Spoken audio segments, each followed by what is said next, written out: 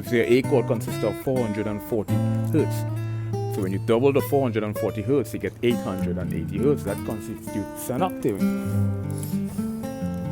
Why we hear octave?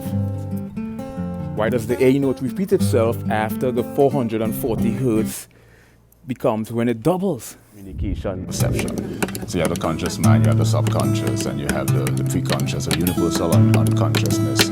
Now, this area below the conscious mind is where we get into areas like psychodynamics. Autism, there's always something new. And so, like, do you have any theories on how this manifests in so many kids these days? Because it seems like statistically the numbers have been...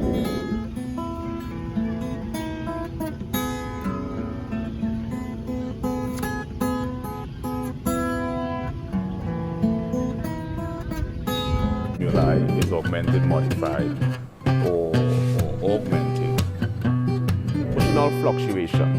You have extreme polar extremities between emotions. So you're looking at, there's greens in there. Technically apply to any of the former.